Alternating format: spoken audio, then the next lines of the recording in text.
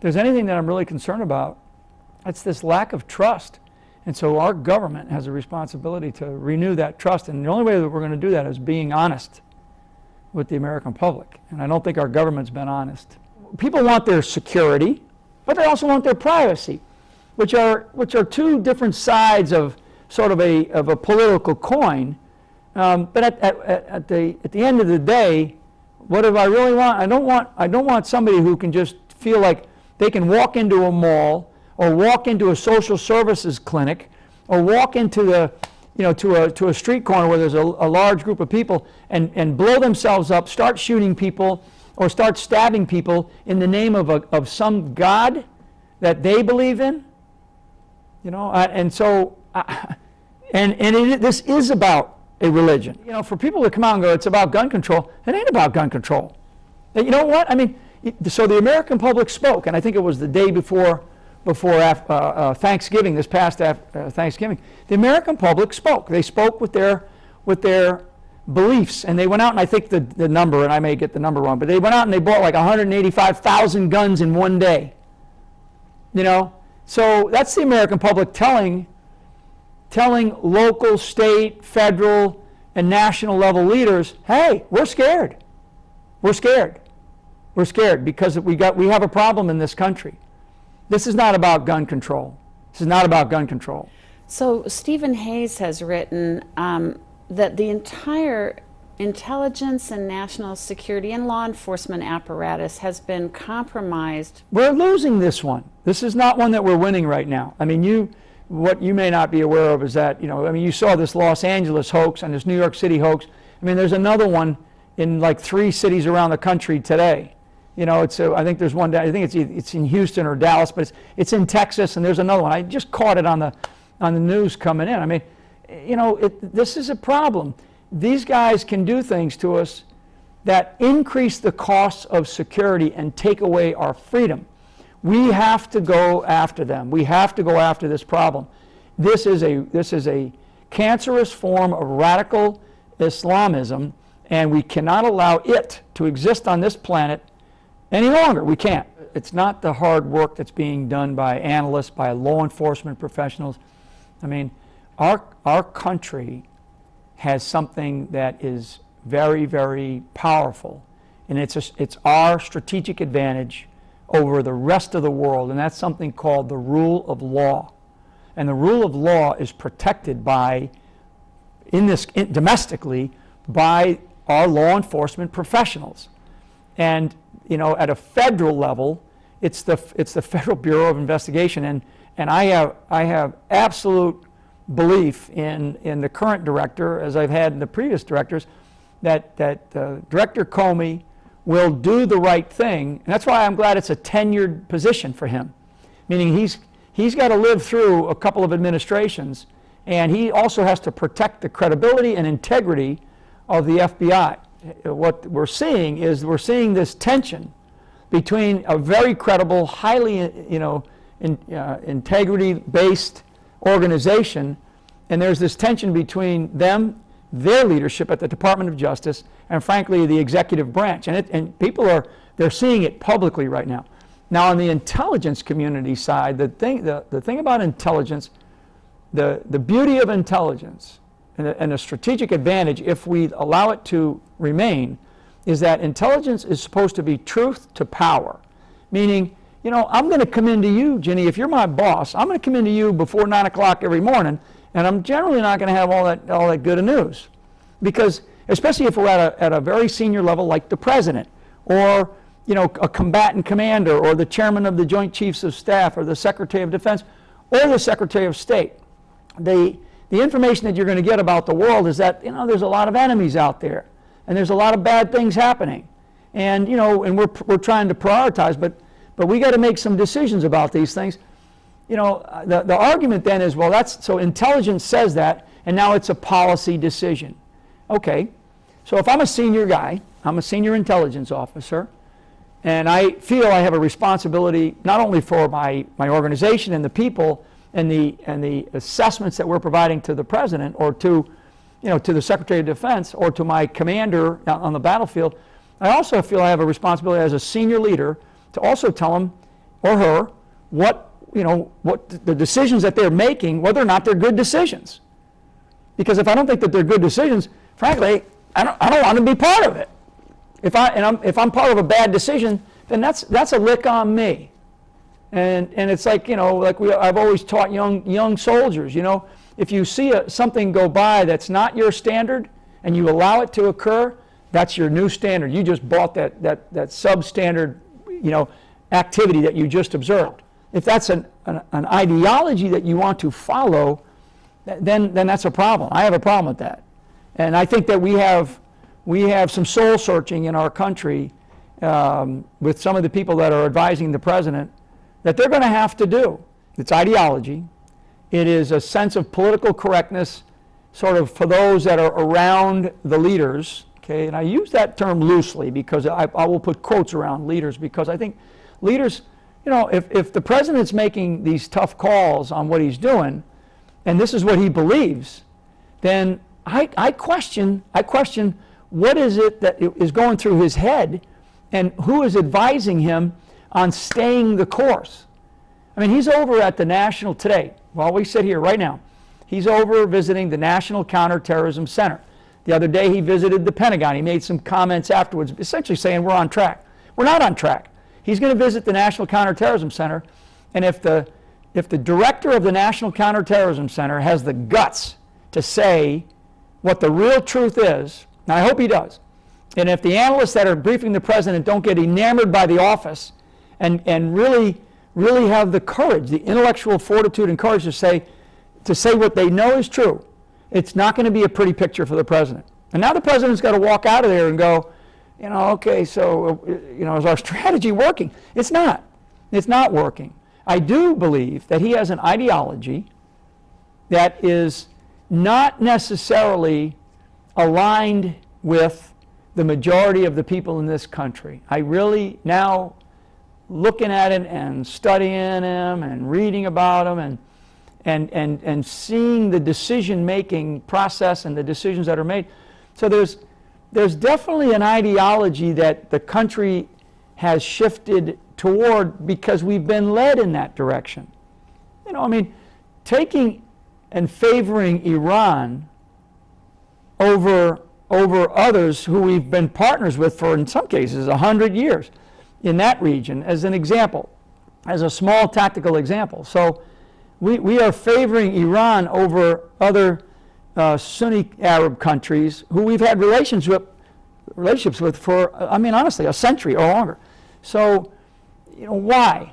The way we have made decisions in our country to do certain things, this whole immigration issue, if I believe one thing, and I strongly believe this, and I've said this, in conversations I've had, I honestly believe that President Obama had an enormous opportunity when he first was elected and came in to be the President of the United States to really unite this country, unite the multicultural aspects of this country together and really bring us together because of who he was, what he represented, where he came from. And frankly, I'm sitting here today, and I think the country's more divided today than it's ever been. Let's connect the dots on a few things like Gitmo, releasing the prisoners, or Benghazi. My friend Jerry Boykin has a burning question: why didn't we go save and try to rescue those men who were under attack? Bo Bergdahl, the Iranian deal. Connect some dots here. This president, again, I love the chair for that office, has made some incredibly poor decisions that actually are affecting right now. They're affecting our nation's security. I was the senior intelligence officer in Afghanistan when Bo Bergdahl walked off that base. Believe me, I know exactly what happened, and I know the consequences of him departing that base, and our shifting of resources to look for this guy. I could go on and on. So we need to be capturing more of these guys. We don't need to be releasing them because they go right back to the battlefield, and like I said, they don't pick up a rifle and become a soldier. They actually pick up whole networks and they become leaders in these organizations. And we know in certain places Syria, Iraq, Afghanistan, Libya, where they're now leading these organizations and managing and running them and providing, all of the kinds of things that the sort of quote-unquote command and control against us.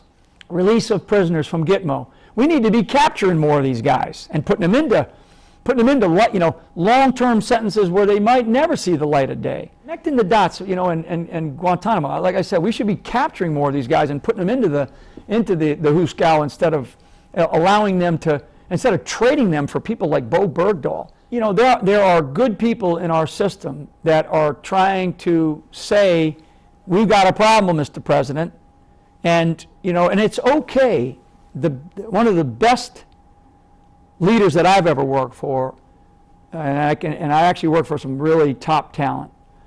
The best characteristics was their ability to admit that they were wrong, and then once they realized it, they then changed and they moved in a different direction. I mean, if you're attacking a brick wall and you can't get through the brick wall, find a way around it. But you have to admit that the wall is impenetrable. And right now, this president he's got a strategy that's hitting a brick wall. It's not working. It's definitely not working. I mean, he can't sit there and tell the American public, because the American public doesn't believe it. You have been pretty vocal and transparent on saying that invading Iraq was a mistake, on taking down Gaddafi was a mistake in Libya, and in underestimating ISIS. So the reason why I say, the invasion of Iraq was a mistake was, obviously it was. The intelligence was not good. That maybe the judgments as to why Iraq versus, we were already going after the camps in Afghanistan, and that's where Al-Qaeda was based out of. The individuals who flew the planes into our country were from Saudi, principally from Saudi Arabia. So we picked the wrong stadium to play this game in, and the stadium in this case was Iraq for whatever reason. And there's a lot of political reasons why that was done, despite the intelligence, whatever the intelligence was. Even if intelligence is bulletproof, meaning really, really good intelligence, it doesn't mean that the judgment has to be war, direct engagement with military. There could have been other things that we could have done while we were still fighting and needed to fight actually in Afghanistan. I really did believe and do believe that we should have gone into Afghanistan when we did, and we did a very effective job from 2001 really, right up until going into the Iraq theater in 2003 into 2004, where we began to disperse our capabilities. And frankly, I think we lost sight of what our true intentions were on this global war on terror, which we should have kept our focus, laser focus, on Al-Qaeda. Libya, absolute disaster, a failed nation. Right now, it's a complete disaster. We were asking, okay, so what are we doing? So, Gaddafi had, not another bad guy, but Gaddafi had given up his nuclear weapons, testing and everything that he was doing. He was taking Al-Qaeda prisoners that we were capturing on the battlefield, so he was putting them into prison. And he was doing some other things. He had kind of settled down a bit. They have these safe havens that we saw. We knew they were safe havens. They were going back into places like the Fatah, these federally administered tribal areas in Pakistan. So we saw that. In fact, when bin Laden left Afghanistan, he went into Pakistan. We should have chased him in there. We should have told the Pakistanis, we're coming to get this guy. Help us or not, we're coming to get him. And instead, we allowed 10 years or more of a safe haven. We still allow that safe haven to exist. The Pakistanis would have probably allowed us to do that had we jointly worked with them. And I think we were, again, politically, it's like, we don't want to upset this political apple cart that we have in Pakistan. No, we should have gone after bin Laden in a very heavy way. When we knew he went into Pakistan, we should have hunted him down there instead of taking 10 years to find him. Syria, same issue now.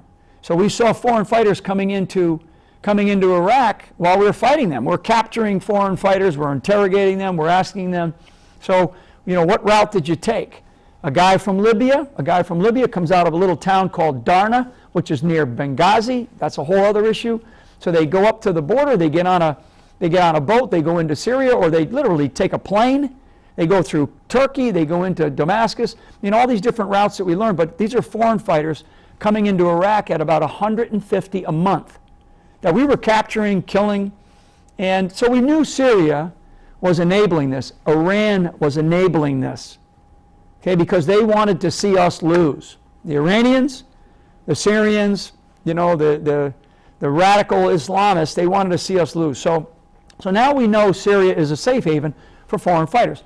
So fast forward to the last few years where we've seen Syria just collapse around itself because of Assad essentially being a dictator. And Assad, he made poor decisions when he started having these these sort of uprisings in the early days of 2010, 2011 really, and he made some poor decisions. But now we have Syria as this safe haven. I mean, I think it's public. The other day they said we have 27 to 30,000 foreign fighters in the Islamic State from 80 countries. Now that's a coalition. Why are we allowing them to reside in Syria? So, the president's now dropping a few bombs here and there, on some of these. We had a raid that went in and went after some of the leaders. Those are pinpricks that are irrelevant to what we have to do. We should not allow Syria to be a safe haven. And one last comment, Ginny, because it's changed, it's fundamentally changed everything. The imposition of Russia into Syria, essentially, I think Putin, he had to make this decision because, there's estimates of about 7,000 Russians who are now foreign fighters from different parts, not just Chechnya and Dagestan, but from Uzbekistan, from Turkmenistan, and from other parts of Russia that are now in Syria.